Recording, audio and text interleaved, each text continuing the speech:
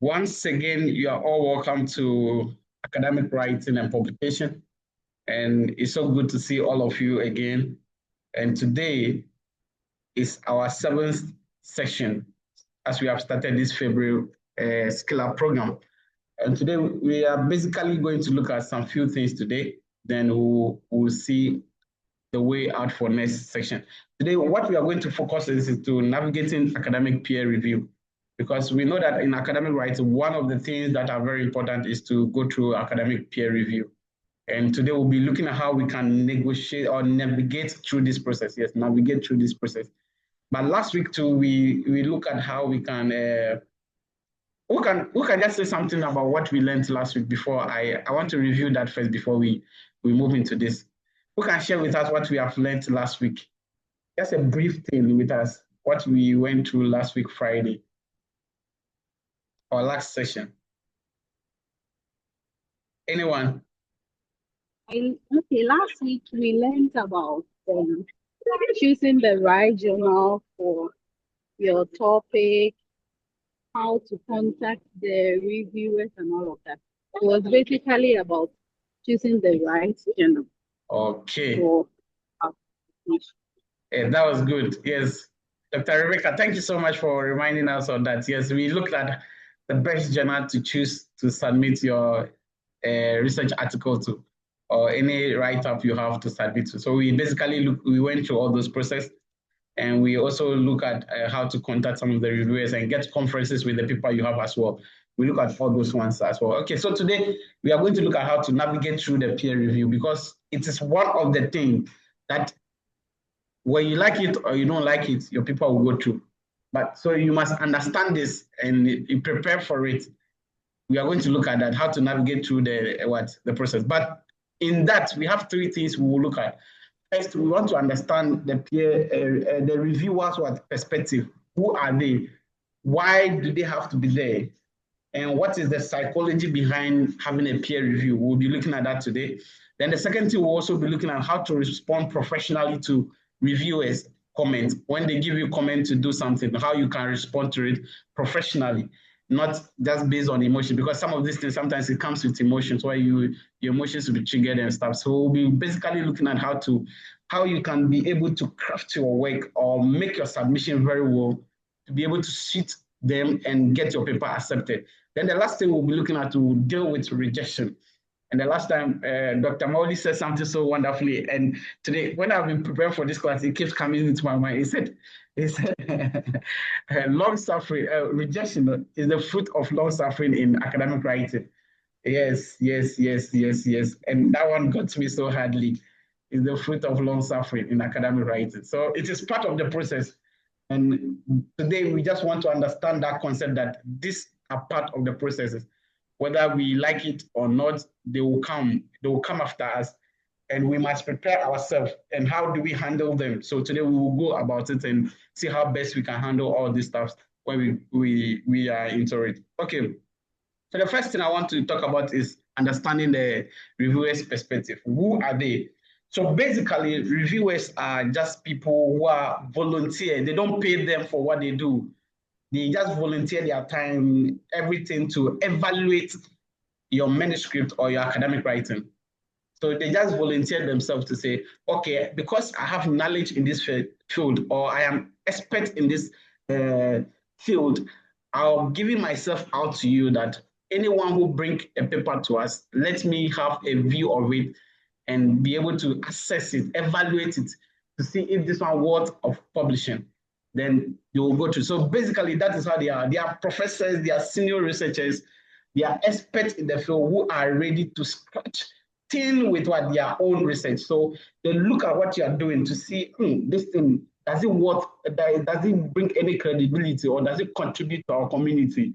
So that is their role. They are basically unpaid. They don't pay them. So if you are thinking that they pay them, that is why they are scrutinizing you. Please understand that they don't pay them. They do it out of the knowledge they have to help that field to grow. That's one thing we must know about them, that they just volunteer themselves, they don't pay them, and they call them gatekeepers.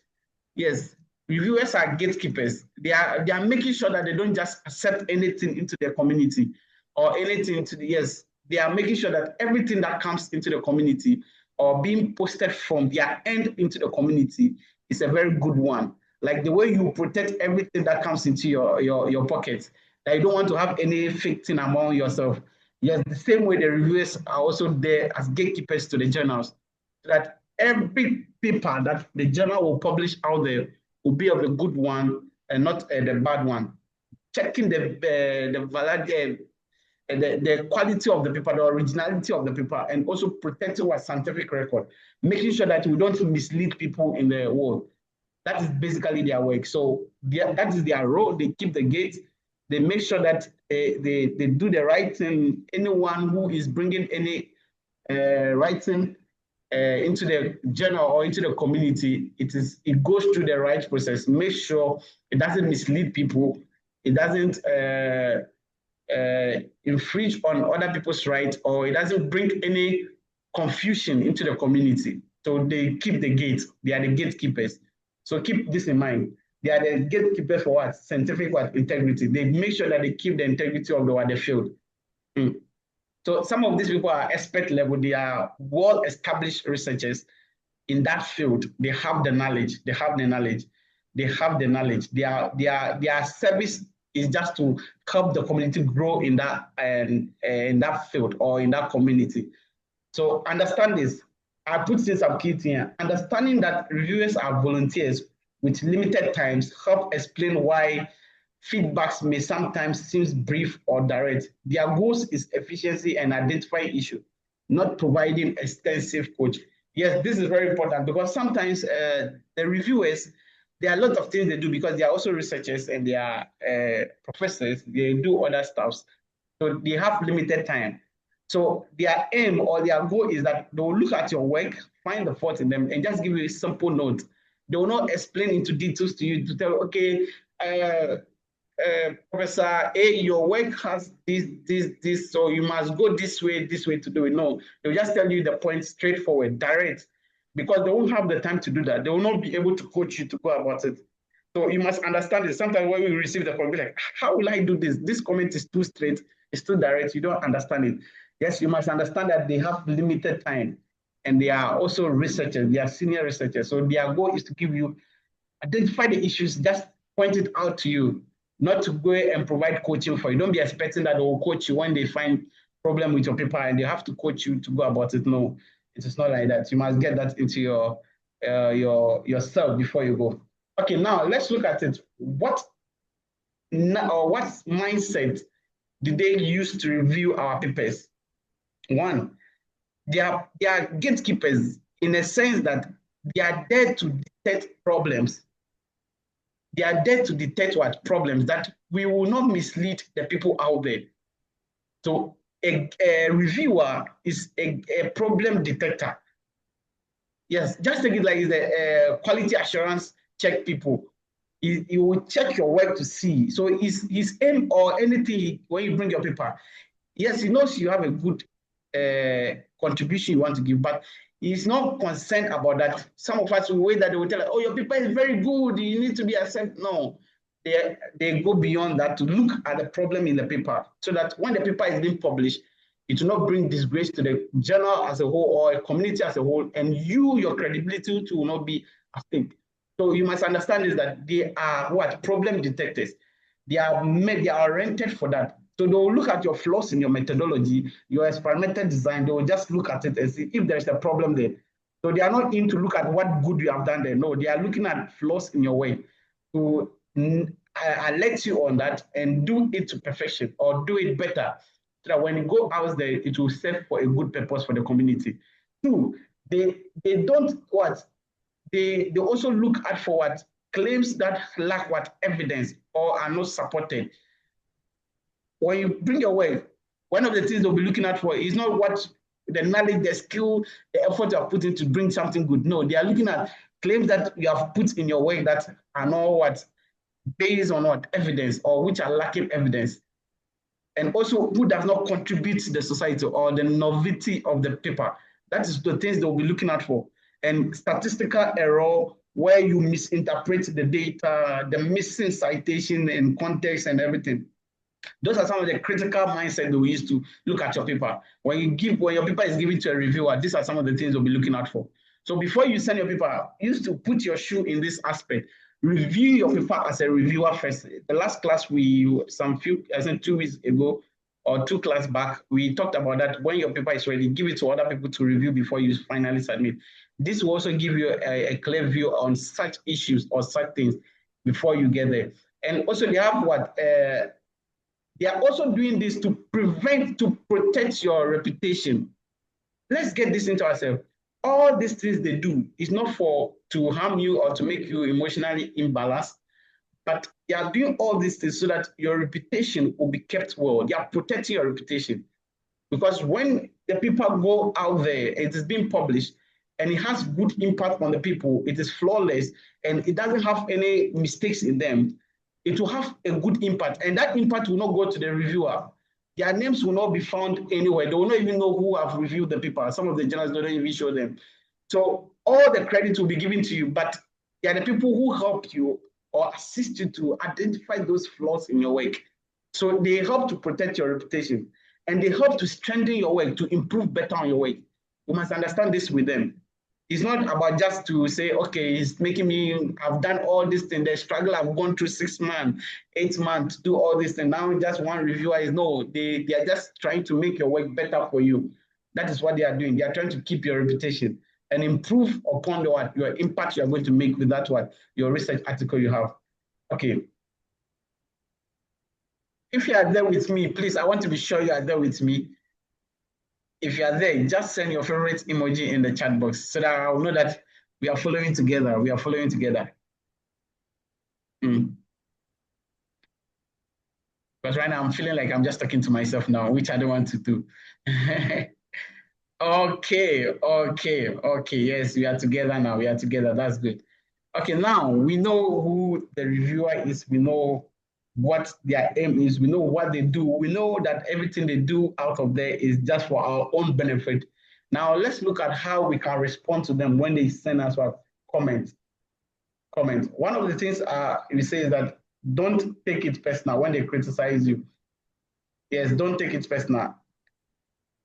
And it is very important that you take their comment back and work on it to review your work to get it better. So how do I respond to their comment when I receive comment from them? How do I go about it? How can I be able to do it better? So that's the next thing we'll be talking about. But before that, do anyone has a question? Do anyone has any contribution to add to that before we move on to the next step? Any question?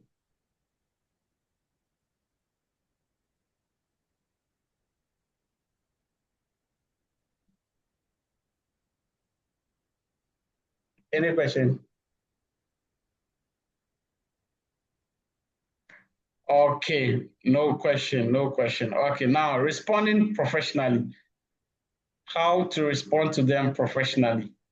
Because some of the comments they'll bring to you, you need to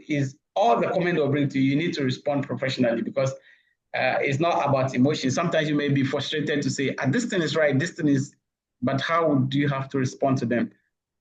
Yes, you must respond professionally. It is very important. If you want to rebuttal letter or how you frame them. One of these I always say that you must organize your work.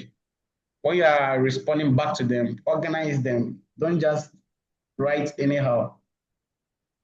Because respond to a reviewer comment is very important. How you respond to them is very important. It can determine whether they will accept your paper or not to accept it.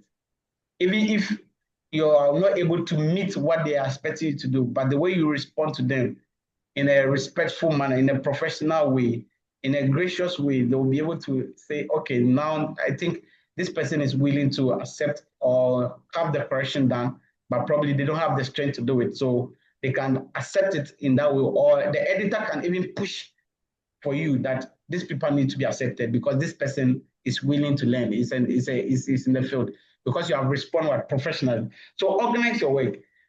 Put the reviewers what comments there and add your own to it, what you have to respond to it. So I've put some principle to how to respond to them. Be clinical, remove your emotions from it. Don't put your emotions on it. Focus on fact. Let your focus be on fact, not emotions, and be professional. Never get defensive or argumentative. Don't be arguing about their response. Don't be so defensive that you want to defend what you have there. No, no, no. You must be what? Willing to be professional. Just be professional and share fact. Let everything you say be on fact. Yes, let it be fact. Be polite and what? Use gracious or tone. And also show appreciation, acknowledge them, because these people are just working voluntarily. They are not being paid. So appreciate their effort for going to your work, finding the mistakes or the errors which you are committed, and they are telling you not to work on them. So you must appreciate them for that. Because some of us, we don't even get anyone among ourselves to peer review our work for us. So when it is sent to the journal and they give it to peer review and they do it, they are helping us to improve upon our work. That's one of the things we notice about them. So appreciate them, show appreciation, acknowledge that their feedback was so insightful to you. It helps your work to be able to be improved or to become better. Appreciate them and address every point systematically, each point by point. Don't rush them. Address every point systematically. Very important, very important, very important. And also, one of the things I want to also say before we move to the next thing, whenever you receive comment from reviewers, don't rush to deal with them or respond to them instantly. Take your time, read through them, make sure you understand all the comments which have been sent to you before you dip into it. I'll be sharing 3 things or 3 steps or 3 structures which we must look at when we are responding to them. Okay, your first paragraph, what do you have to say? Or even if it is 1, 2, 3 sentences, what do you have to include into that sentences to be able to make what a good response to the reviewer? Because first it will go to the editor. When the editor look at your response, it can push the agenda to say that this paper is good enough for us to accept it. So let's look at some of the things we must include when we are responding to them. Okay, first, you must summarize the point. The first thing you must look at, restate the reviewer's comment or summarize it again. It's just an example or it's just a suggestion or a recommendation to you. And this, I think this will be very helpful. These are 3 structures will be very helpful. Restate the reviewer's concern or comment he has given you in your own ways. That helps you to, or what that helps the reviewer to say that you have understood what he or she has sent to you. Because when you re-summarize or restate it in your own ways, it gives a sense that you have really understood what you are doing. So any comment any response you give will give him or her assurance that you understood what you are doing, because you have been able to what? Restate or summarize his point into another thing. So you can say the reviewer raised an important concern about the generalization. This is just an example I've placed here. If we can see that, I don't know if someone can read that example for us, I'll be so much grateful. Dr. Rebecca, are you there?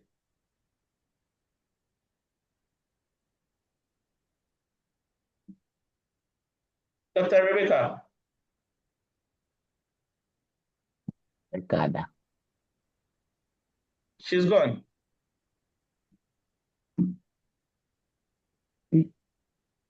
Okay, who will read for us? Anyone to read for us?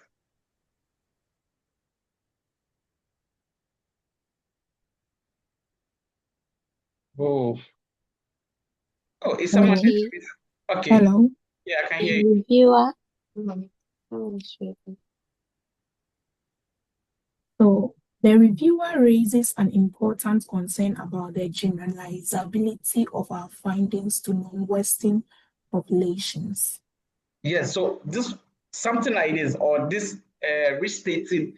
So this one, without even reading the question, with this restating or summarizing of this thing, I can tell what question the reviewer has raised on this particular one, manuscript which have been submitted.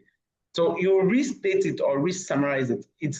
It helps to give a clue to the reviewer that at this comment I've sent out there, this person understood them, and because he understood them, you will hope that the person will address it correctly.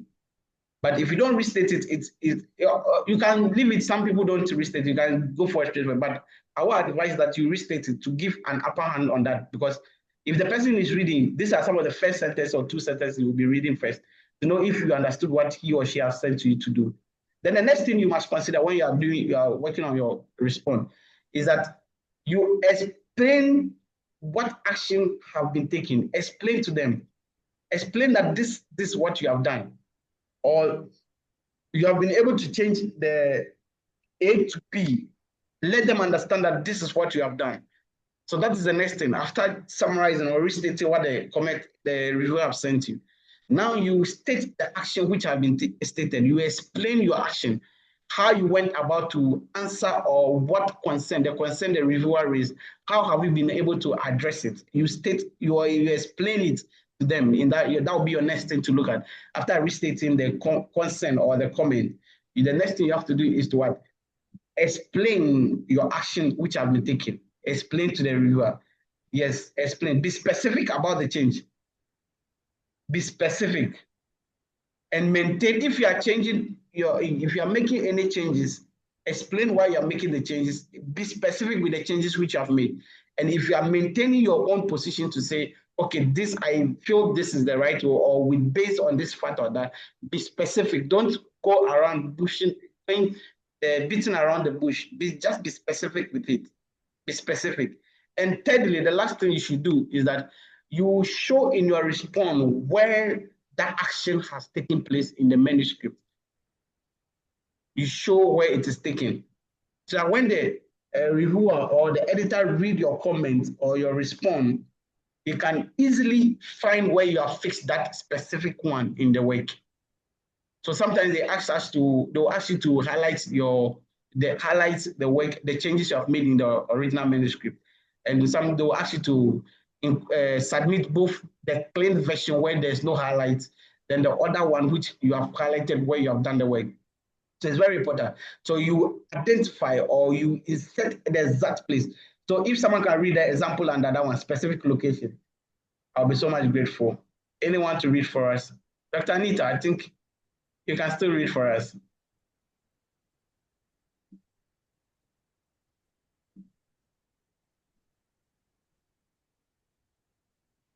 Hello, anyone there to read?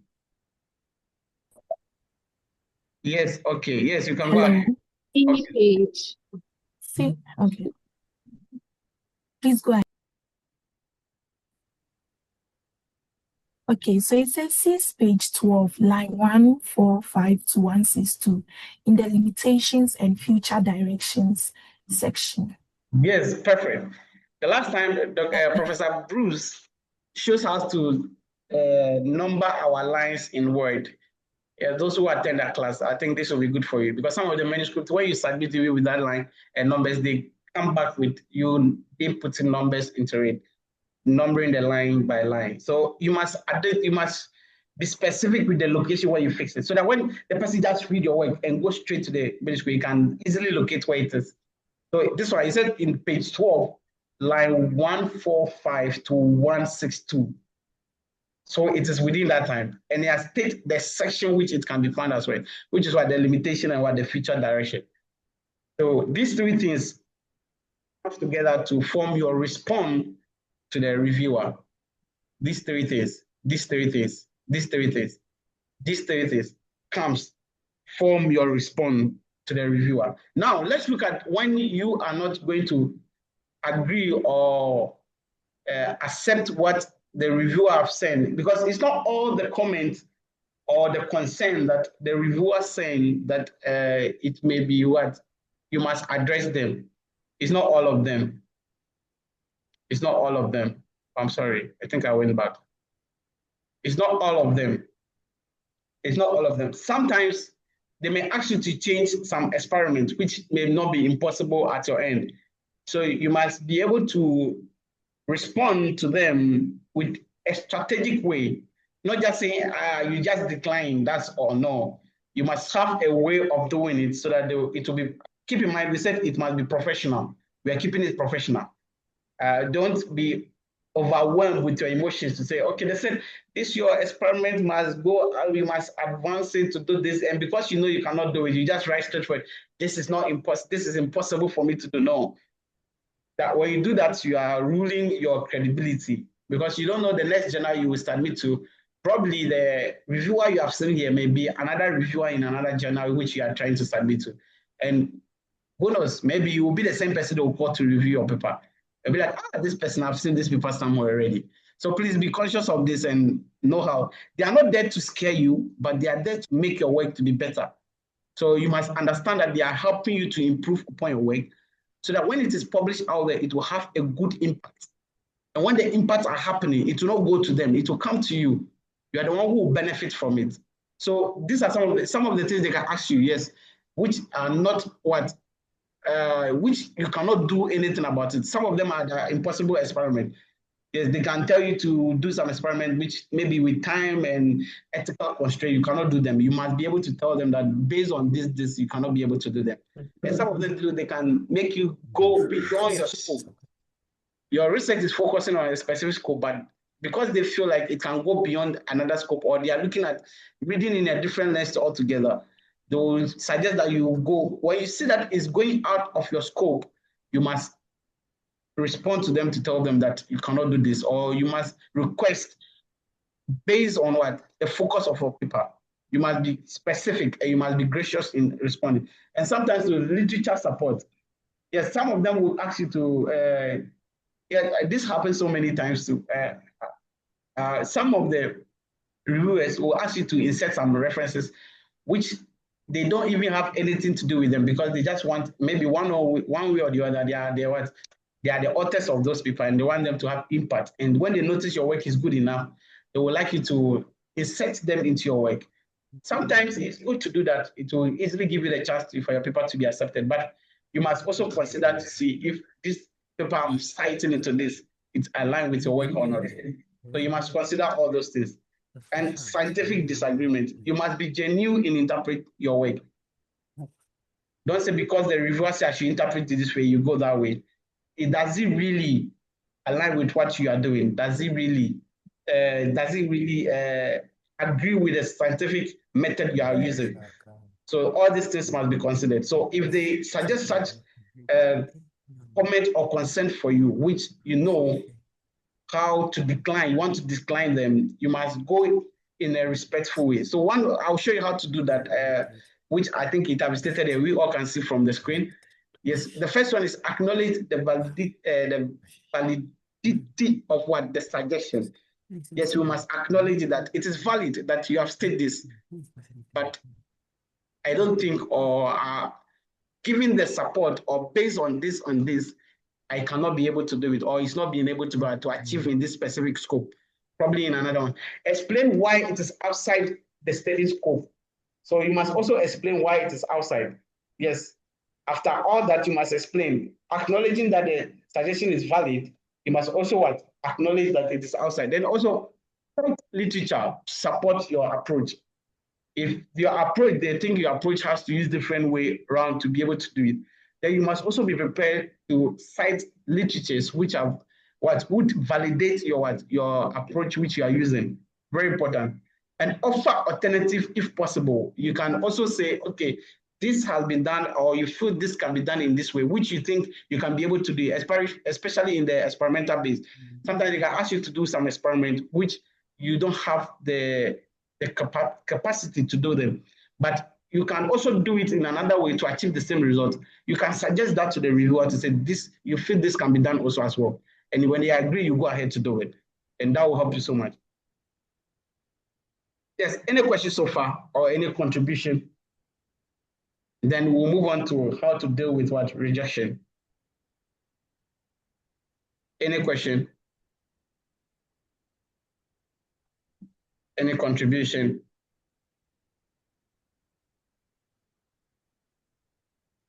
Okay, today I'm the only one talking now. Are we here? Are we together? Okay, yes, Dr. Morley.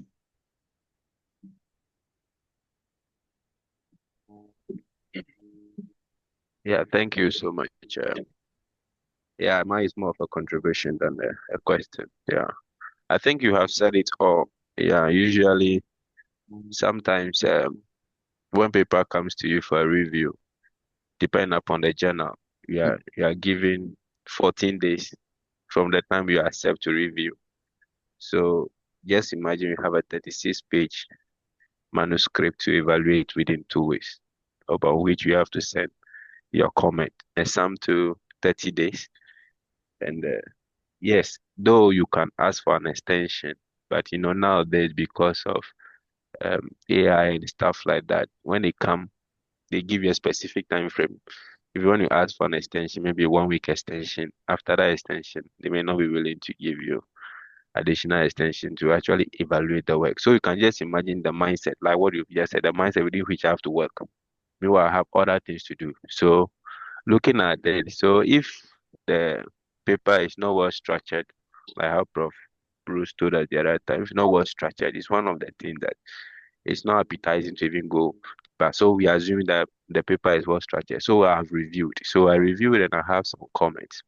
So I pass the comments. Maybe some of the things that are significant theory-wise, theory is against it, and you have explained it very well. But if not back it with any theory or if not back it with any literature, definitely I will come back to you because what you are saying is in invariant with literature or non-literature.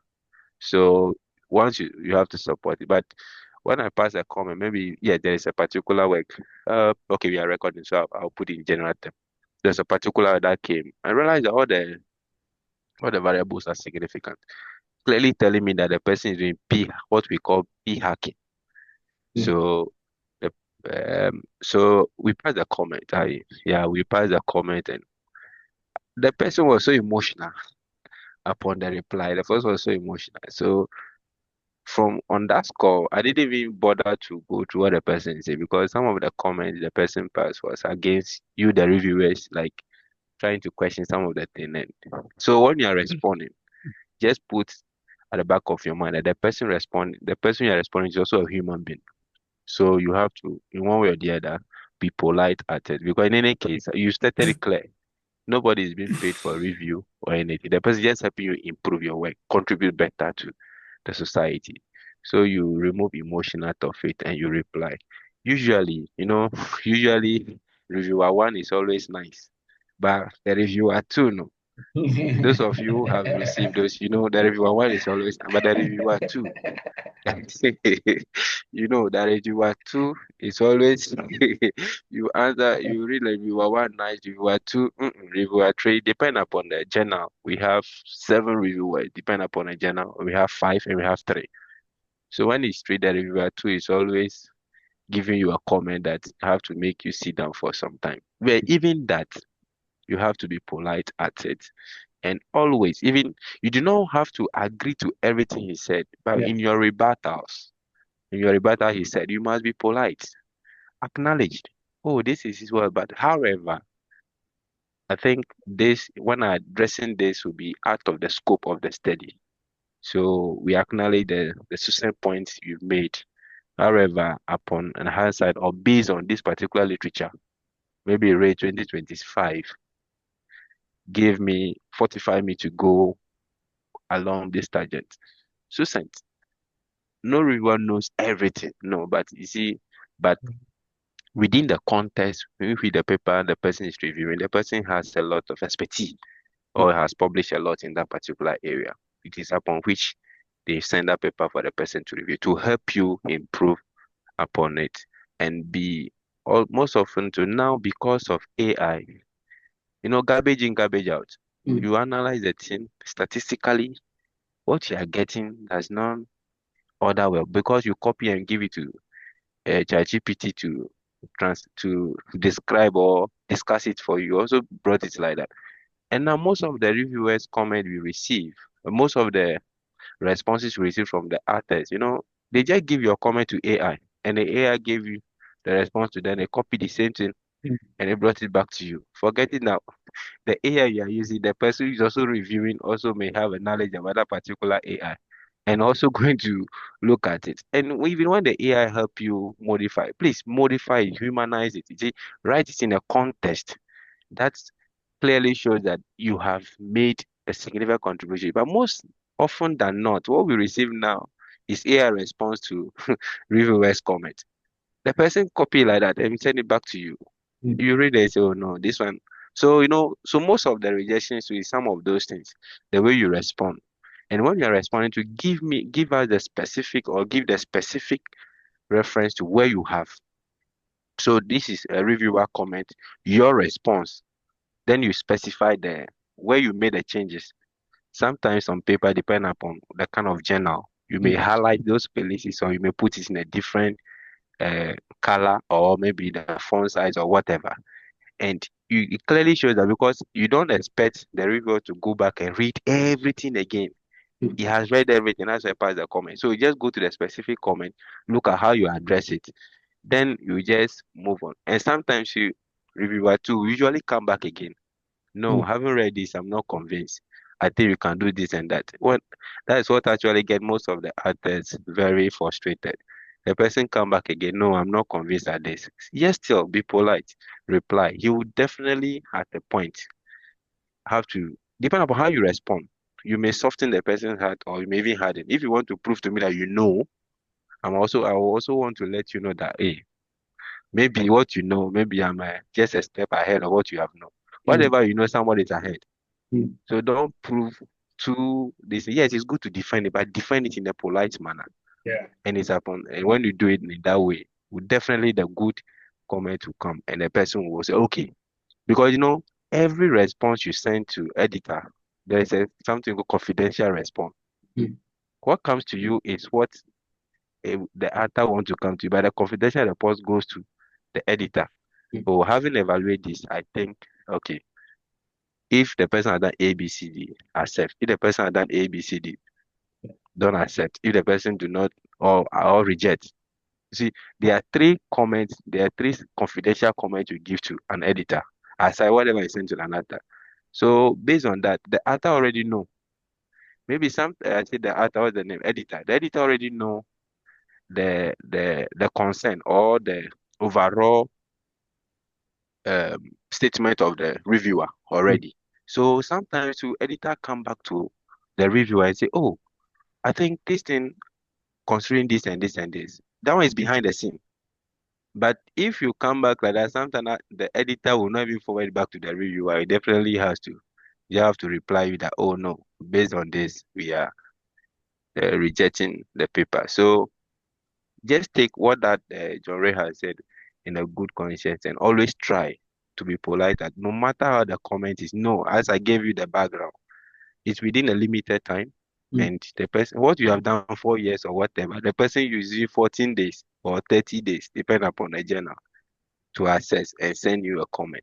So when you're replying the comment, know that remove the passion, remove the what I call emotion out of it, and state the facts and refer the comment appropriately or respond to the comment appropriately. Even if the AI is helping you, try to put yourself into it. So thank you so much. That's what I have to add.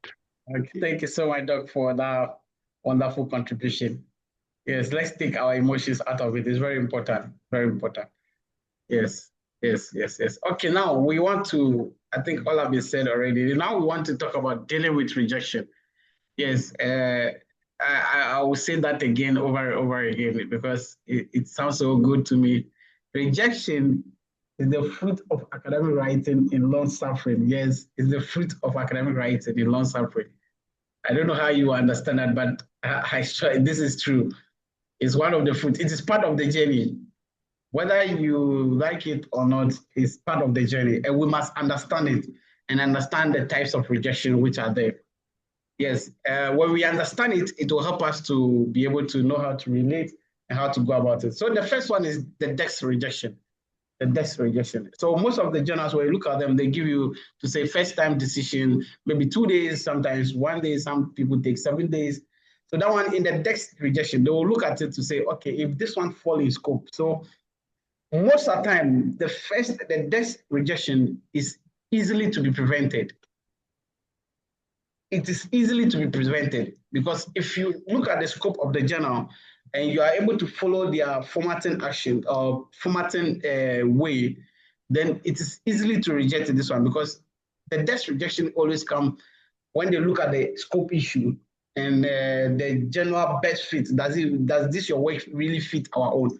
So if you have not take that class or you have not watched that video where we look at how to find the best journal for your work, which is the last class we had before this.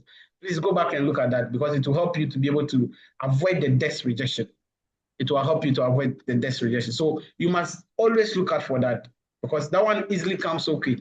So you send your paper within maybe 2 days, they will just send you, or depending on the journal too as well, because each journal and how they go about this first suggestion. And if it doesn't fall in the scope, trust me, it's easily to reject it within a short time. Dr. JT, you want to say something?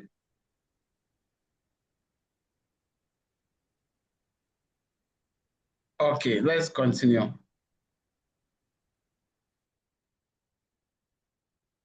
Okay, so you can easily avoid that one, the desk rejection, because you have to work on it to make sure the paper fall in scope. Then the next type of rejection is what? Is the review, after review rejection, after review. So it passed the desk rejection. Now the editor will forward it to what? A reviewer to check your work. When the reviewer reviews your work and find the issues and there are need for addressing before publication, they will tell you. So this why when there's consent from the reviewers, we just look at how to respond to them or how to be able to address those concerns. So you use that method. But if you don't use it, as Dr. Maoli said, if you don't go according to that, like the confidential one he said, you can say if the author addressed this, accept it. You don't need to even forward it to me anymore. But if he doesn't address this, please reject it. So it's very important. Every step of it is very important. So you can, because you don't respond very well to them, your paper is worth of accepting, but because of your comment or your response to the concern raised by the reviewer, it can make your work be rejected. And you may lose that chance for it. And it will take a whole cycle again to go all over again. So we must understand this well. So use feedbacks to fix the paper before the next submission. You don't say because you have sent concern, you not fix it and just go ahead to submit. No, we don't do that. Please make sure you respond politely, as Doc have said, respond well and be gracious. Acknowledge their effort of giving you that concern or comment. Then the next one, which is what? Revise and what? Resubmit. Yes, this one is a win for you. It's a win. This is a win for you. If they reject it completely, which is the last one, or editor sees the part of publishing and treat you as a conditional yes or something, you can easily say, okay, revise your work and resubmit it again, and we are waiting for you. That is a win for you. He has rejected your work, although, but he has given you opportunity to say, okay, revise it and bring it back. That is an assurance to you that, okay, this your work will be accepted. But in another sense, it can be rejected completely without giving you a resubmission opportunity. But when it is rejected completely, please make use of the reviewer's comment. It's very important, because if you submit to the next journal without working on the reviewer's comment, trust me, you are still, I'm giving you the assurance that you will get rejected again. So make use of every reviewer's comment. It is a way to get your paper better and better. So if your paper is being rejected and they have sent you a comment or a concern, make sure you work on those concerns, work on them, take a good look at them, make time and look at them before you resubmit it into any other journal. And that will help you to be able to build on. These are some of the rejection statistics across the journal. Those top journals, they are almost reject almost like 90 to 95% of the articles that are submitted to them. So that is very, very, very high. So imagine we submit like 10 papers in a month. It's only the probability of accepting them will be only one of them, because you must pay close attention to this, and you must be willing to accept this as what? An improvement to help you build your, and that of the other ones are also there. So key insight, if you ignore reviewers' feedback after rejection, you might get the same reviewer at the next journal. Always address comment before resubmitting. If someone can hear me that, and have heard me read that, type I will address in the chat box. I want to be sure that you have heard that. I will address. You must address them. Don't ignore it. If you ignore it, trust me, it is assured that you may meet that same reviewer again. You may meet them again. Because most of them they are just voluntary. So if they know they are experts in that field, they will call for them to come and review your work again. And because you don't address it, you will get rejected again.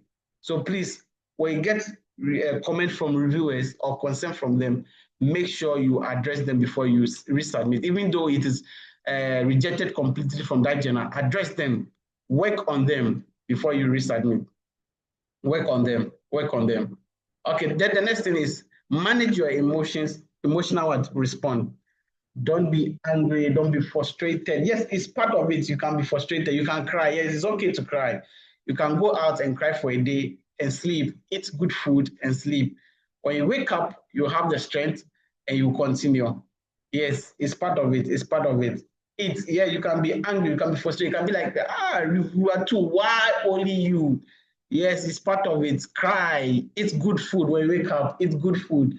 After eating it, sleep. When you wake up, you come back to the work. That will help you to take your emotions out of it and respond professionally. Yes, emotions are normal. They will come. They will come. Yes, but don't allow your emotions to take over your what? Your response. Your response. Your response. Thank you so much. And I think that has brought us to the end of today's class. Any question, any contribution, then we'll bring the class to an end for today.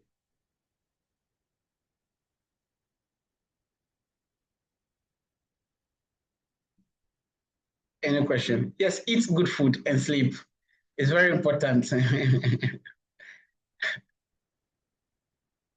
Any question, any contribution?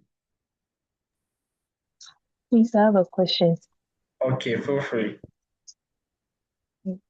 Thank you very much.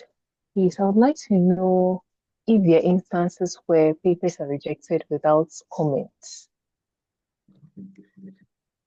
It's hardly you find such papers. It's hardly you find it. They will either tell you whether it doesn't fall in the scope or they will surely give you a reason for rejection. I strongly believe that. Because all the, okay, yes, Dr. Mauli to us raised. Yes, doc, you can speak to us. Yes, as John has said, it's true, but there are some to the reject without giving you a comment. I remember there's one paper I submitted to a particular journal. They kept the paper for 1 year, 6 months, and they sent it back without comment.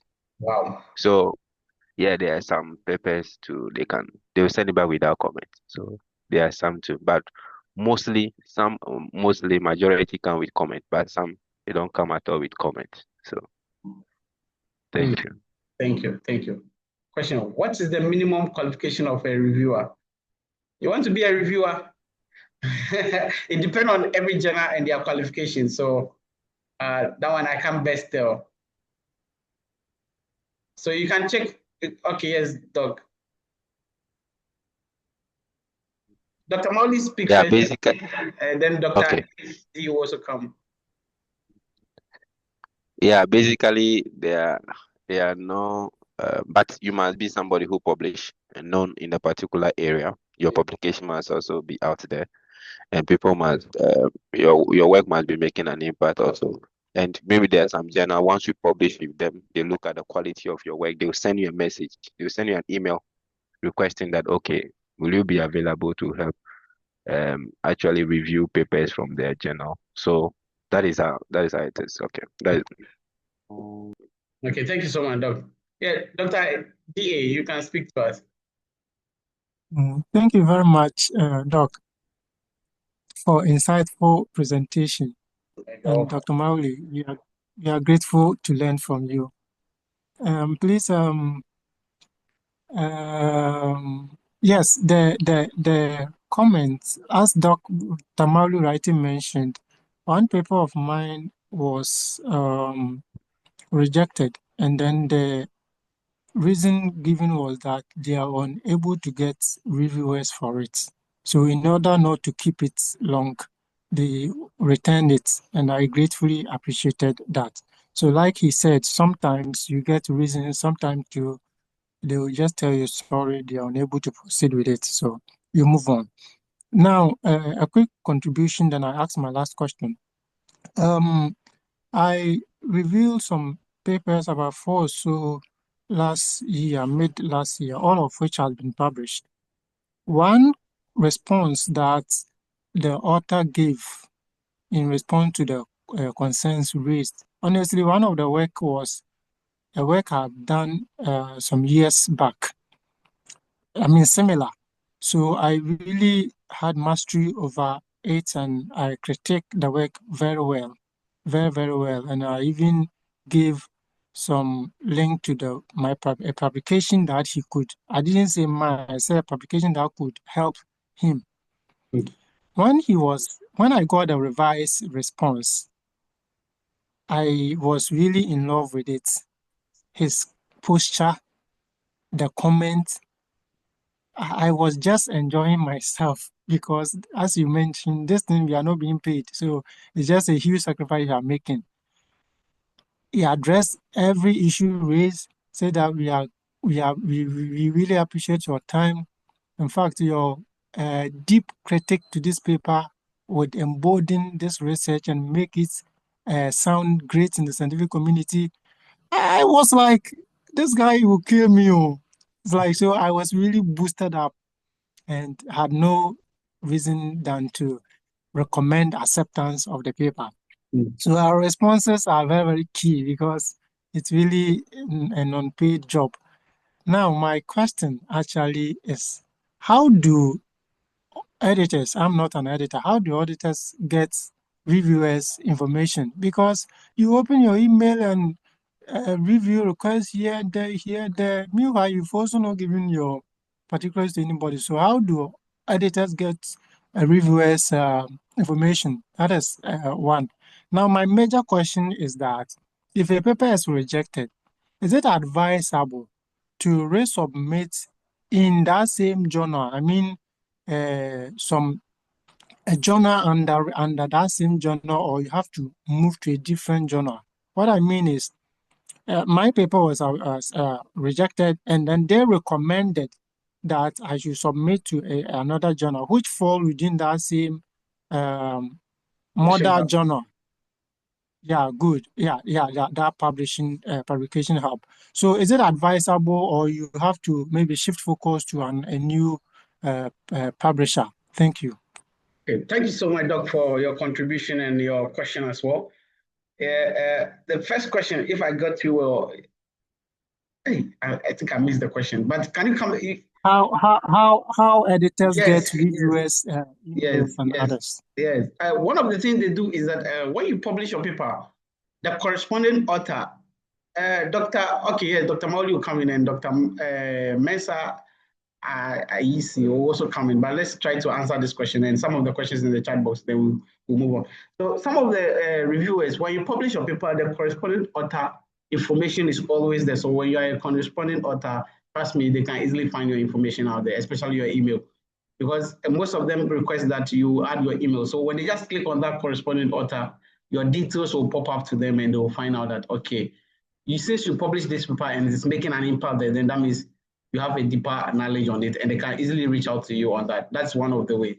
Okay, then the second one is some of the time when we are submitting the papers, there are questions they bring out to say, are you willing to be a reviewer in such field? So when you tick yes, trust me, straight away they pick your email and keep it in the system, especially in that publishing house, so they can easily reach out to you. So that is one of the things. Then the other one is the publishing house referred. Okay, before that, let me let Dr. Mauli come in first before I'm sure he wants to answer your question.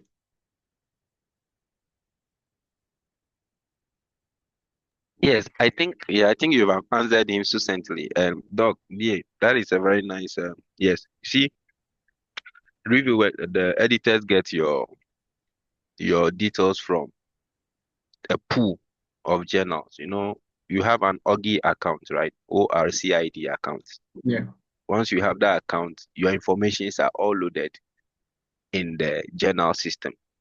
And more to the point, as John has said, Dr. John has said, you know, your your papers, as people are citing, that is out there.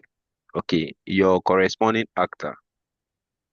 Once you're corresponding actor to a particular paper, your name is there. Your details are there. So journals, they have we have Welly, Springer, Elsevier, and all those. They are once you review for one particular paper, once you publish one particular paper, your information is available in their system, so they can easily pull it out. But there's some also predatory. Every now and then you receive a lot. A day you can receive about 7 email requesting that, oh, we've read your paper, we want you to review your paper for us and stuff like that. So those things are there. Those are most of them are predatory journals and stuff like that. And when you're submitting to some of them to there is a clause that you sometimes you tick without knowing. They tell you, will you be available to review? As John has said. Once you take that, you'll be contacted at a point in time. So recommendation, do we accept it? So do you accept? Yes. When you publish a paper, maybe you submit to a particular journal and the journal reject and you say, okay, some they come back to you. Do we get your consent to forward it to another journal? Personally, from my experience, depending upon what works for you, even though I know a friend of mine did that and his paper got published, but about 95%, the journal they're recommending to you will reject it. So pull it out, take it to a different journal. That's my frank advice I'll give on that. Yeah. Thank you, Doc. Thank you, Doc. Thank you so much. Yeah, someone is asking in the chat box. Before we come to Dr. Mensah, please keep. I'll come to you, but let's solve this so that we start on our own on a new page. Is that journals that charge some fees before publishing manuscript? Do they pay the reviewers since they money? No, they don't pay them. Please, they don't pay them. They don't pay them. They don't pay them. Okay, can a manuscript be accepted if the ethical clearance from the university is still pending? It will also depend on the journal if they are willing to publish it once that has not been received yet. Because some journals will say, okay, since you have requested and does not yet come, we will take the responsibility. So this goes with a copyright agreement, which has been made with the journal and all that things. So that also is there. So I don't know if I've answered you rightly, but it's also possible that way. Yes. Okay. Now we come to Dr. Mensah. Dr. Mensah, please, you can speak to us.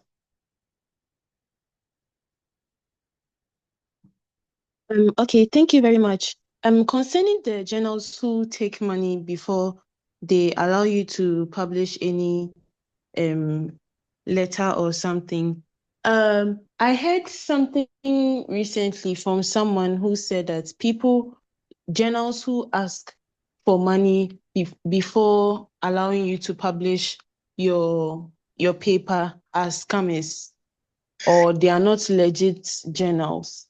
So I wanted to ask if it was true and why they also ask for money.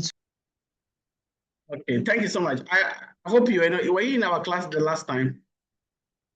The last class on Friday. Yes, I was. So then you should be able to answer this question, Doc, please. We have two types of journals. We said we have the open access and we have the subscription based, which is a traditional way. So if you are submitted to a journal which you are choosing open access, then you are going to automatically pay for that because that is the policy for open access package. I don't know if that is right, but I don't know if there's another way out of it. But if you are choosing the open access package or a journal which is only into open access, then you will surely pay for it. But there's another way where people just send you emails with different emails. The emails are not valid. You can see that this email is not a right email. And most of the time it comes to your spam. They tell you, they'll give you the journal's details and stuff, then you go and check, you see that the journal doesn't have, and you must check the indexing. The last time we talked about it, the indexing is very important. So if you check the journal and their indexes are not in this database we talked about, the Scopus, the SCI, the all those ones, there are a lot of them. Look for the correct ones.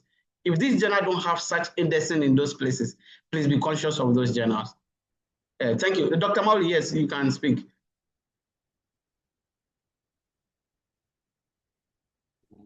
Yes, you have responded clearly. Yes, the ones that come with regards to the payment, yes. Yeah. APC, there are some APC journals are also a very high impact factor journals as well. But those who send you an email, oh, I'm this from this journal, you want you to submit the paper to this, and when you click on the website, you realize that the website is very scanty with information. You cannot see any indexing, nothing, AISB, DOI, all those things. Please forget. Those things are scammers. Okay, those journals are predatory. We call them predatory journals. Okay, so don't even. Oh, okay. Yeah, Okay. but the APC one, the subscription journals, the one that are not OPC, open access journal, they charge for APC, article publishing fee. They charge that one. With regards to the ethical clearance, can a paper be published? The ethical clearance has become an issue recently, basically because the AI. People are not going to the field to take right data. Some people can be in their room, hook data, and write a paper out of it and want to publish. So ethical clearance basically it gives the reliability and credibility to your data, actually to see whether it has gone through the laid down research rigor procedures before undertaking that particular data. And that data, is it biased or kind of thing? Has it followed all the laid down rules? Because there are some ethical boards who actually depend upon the firm you are working in or you are whatever. Every university, they must give you some ethical clearance before you can go and collect data and stuff like that. So those things are becoming an issue, and it's very, very key that you respond to those things. And there are some clauses we use in some cases, and it will suffice it for the paper to be published. Okay. Thank you. I don't have answered you. Yes, you have done a good job to the question. Thank you so much, Doc. The last question, then I will pause the recording for today's class. Is it advisable to submit a paper to 2 journals simultaneously and wait for their response? Please no, don't do that. You put your reputation at risk. You may lose all the 2 journals at the same time. So please don't do that. Because when you submit to one, they go and check if it has been submitted anywhere. They do all those search before they go into it. So it's straight for it to be rejected at the next point. So most of the time, your papers who are submitted simultaneously gets rejected at the desk rejection. So please be conscious of that. Just wait, take your time. It's a process, and with time, you get used to it. Okay, thank you so much for today's class. It's a privilege I want to pause the recording before, if you have any question or any other thing, then we'll continue from there. But I said that thank you so much for today's class, and it's a privilege to be your facilitator to facilitate the class, but there's a lot which we have been shared here. There was a lot of knowledge. Let's embrace the process. That's one of the things I would say, that embrace the process and work with it. Understand it and respond and persist. Don't just stop. When they reject you, don't stop. Embrace it. Yes, peer review is where your work becomes battle-handed. Every critique is an opportunity to strengthen your research and sharpen your thinking. Yeah, sometimes you may not think that way, but when the comments come, it helps you to think in that direction. So just accept it. And this is the last word I will leave with you. The scholar who succeed aren't those who avoid rejection. They are those who learn from it.